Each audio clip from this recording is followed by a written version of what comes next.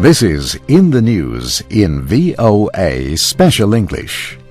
For the last several weeks, professional athletes have been on the first page of newspapers as much as in the sports pages. Some news stories are about extraordinary careers. Others are about athletes behaving badly. Professional baseball players Cal Ripken and Tony Gwynn are among the heroes.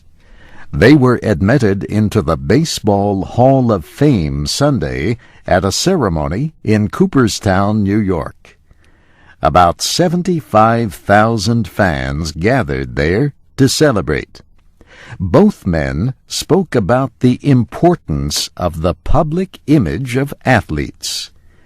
Gwynn said professional baseball was about more than just playing. He said players need to do the right thing for all the fans who love the sport. Ripken said players are behavior models whether they like it or not.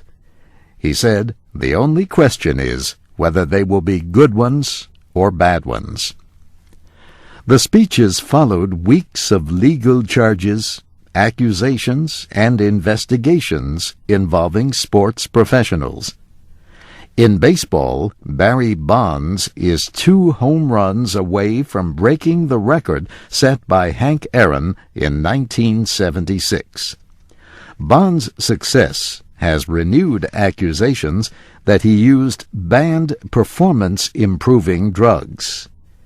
However, Bonds has never failed a drug test, nor has he been charged with any crime.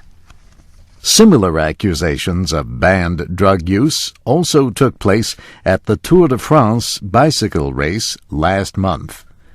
Several riders tested positive for a performance-improving drug. And in the final week of the race, the leading cyclist, Michael Rasmussen of Denmark, was expelled on suspicion of taking banned drugs. The International Cycling Union said there were more cases of doping in the Tour de France this year because there was more testing. An American professional football player is also in the news. Last week, Michael Vick told a court in Richmond, Virginia, he was not guilty of charges connected to an illegal dog-fighting business. The charges include extreme cruelty to animals. Federal investigators say they found fight dogs and other evidence on Michael Vick's property in Virginia earlier this year. A defendant who pled guilty in the case has agreed to speak against Vick in court in return for a lesser sentence. Several sporting goods companies that had paid Vick for the use of his name have ended their business relationship with him. And an animal rights group, the Humane Society, is urging the National Football League to suspend Vick from play. Finally, some bad news in professional basketball. United States federal officials are investigating former National Basketball Association referee Tim Donaghy. The referee enforces the rules and keeps order in the game. He can stop play if he calls a violation by a player and turn the ball over to the opposing team.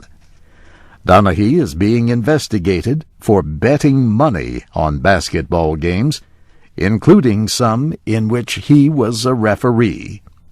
He resigned last month.